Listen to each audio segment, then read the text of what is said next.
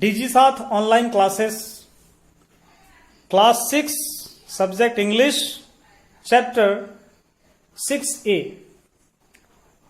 Topic: the Olympics. The Olympic Games organized long ago in ancient Greece.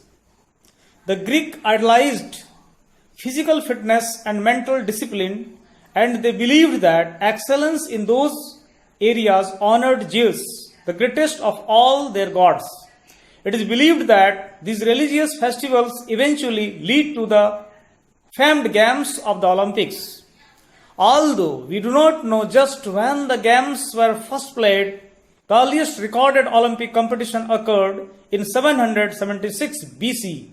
At first, the Games occupied only one day and consisted of a single event, a foot race of about 180 meters. Later, they extended to 5 days and more events were included in them. Olympic खेलों की शुरुआत काफी पहले प्राचीन यूनान में हुई थी। यूनानी शारीरिक अनुकूलता और मानसिक अनुशासन को आदर्श मानते थे और उनका मानना था कि इन क्षेत्रों में उत्तम बनकर वे अपने सभी देवताओं में सबसे महान देवता का सम्मान करते हैं। यह माना जाता है कि इन्हीं धार्मिक खेलों से इन सुविख्यात ओलंपिक खेलों की उत्पत्ति हुई। हालांकि हमें इस बात का ज्ञान नहीं है कि पहली बार इन खेलों को कब खेला गया, लेकिन सबसे पहला ओलंपिक प्रतिस्पर्धा 776 ईस्वी पूर्व में हुई थी, ऐसे प्रमाण मिलते हैं। सर्वप्रथम इन खेलों की अवधि केवल एक दिन थी और इसके अंतर्गत केवल एक ही आयोजन होता था, 180 मीटर की पैदल दौड़। बाद में इसे बढ़ाकर 5 दिनों का कर दिया गया और इसमें कई प्रकार के खेलों को जोड़ा गया। Now see page number 71, unit 6A, the Olympics. The Olympics were held every 4 years, and the 4-year period between two successive Olympic Games was called an Olympiad. Unlike the gold, silver, and bronze medals of today, winners were given a wreath of leaves and heroes welcome back home. Athletic competition became so important to the Greeks that the Olympic festivals were a peaceful influence on the warlike city-states. Sparta was famous for the strict military training of its citizens, but it would wait until the games were over before sending fighters into battle. Other cities followed this example before the games began. Messengers were sent out to announce a sacred truce or a peace. This meant that any war should be called off so that people could travel safely to Olympia. उसका Hindi meaning हम लोग देखते हैं। Olympic का आयोजन हर 4 साल पर होता था और 2 ओलंपिक खेलों के मध्य की अवधि ओलंपियाड कहलाती थी। वर्तमान में दिए जाने वाले सोने, चांदी और तांबे के पदकों की बजाय विजेताओं को पंक्तियों में बना मुकुट दिया जाता था और घर वापस आने पर उनका स्वागत किया जाता था।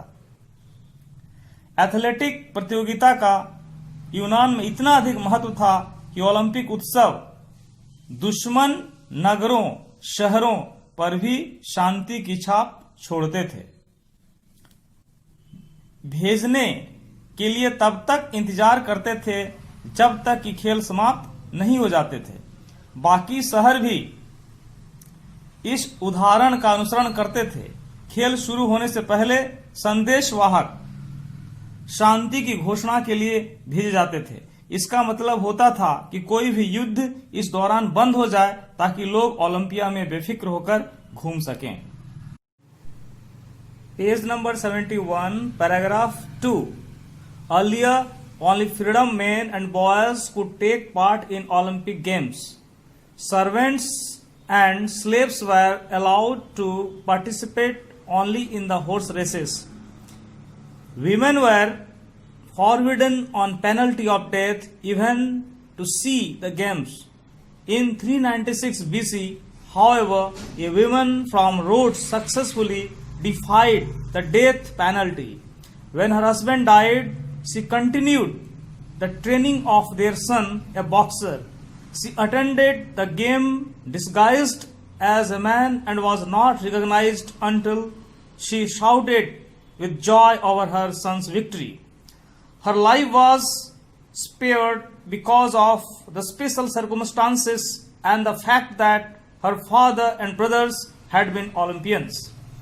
In 393 AD, the Olympic Games were abolished by Emperor Theodosius because of the decline in their quality.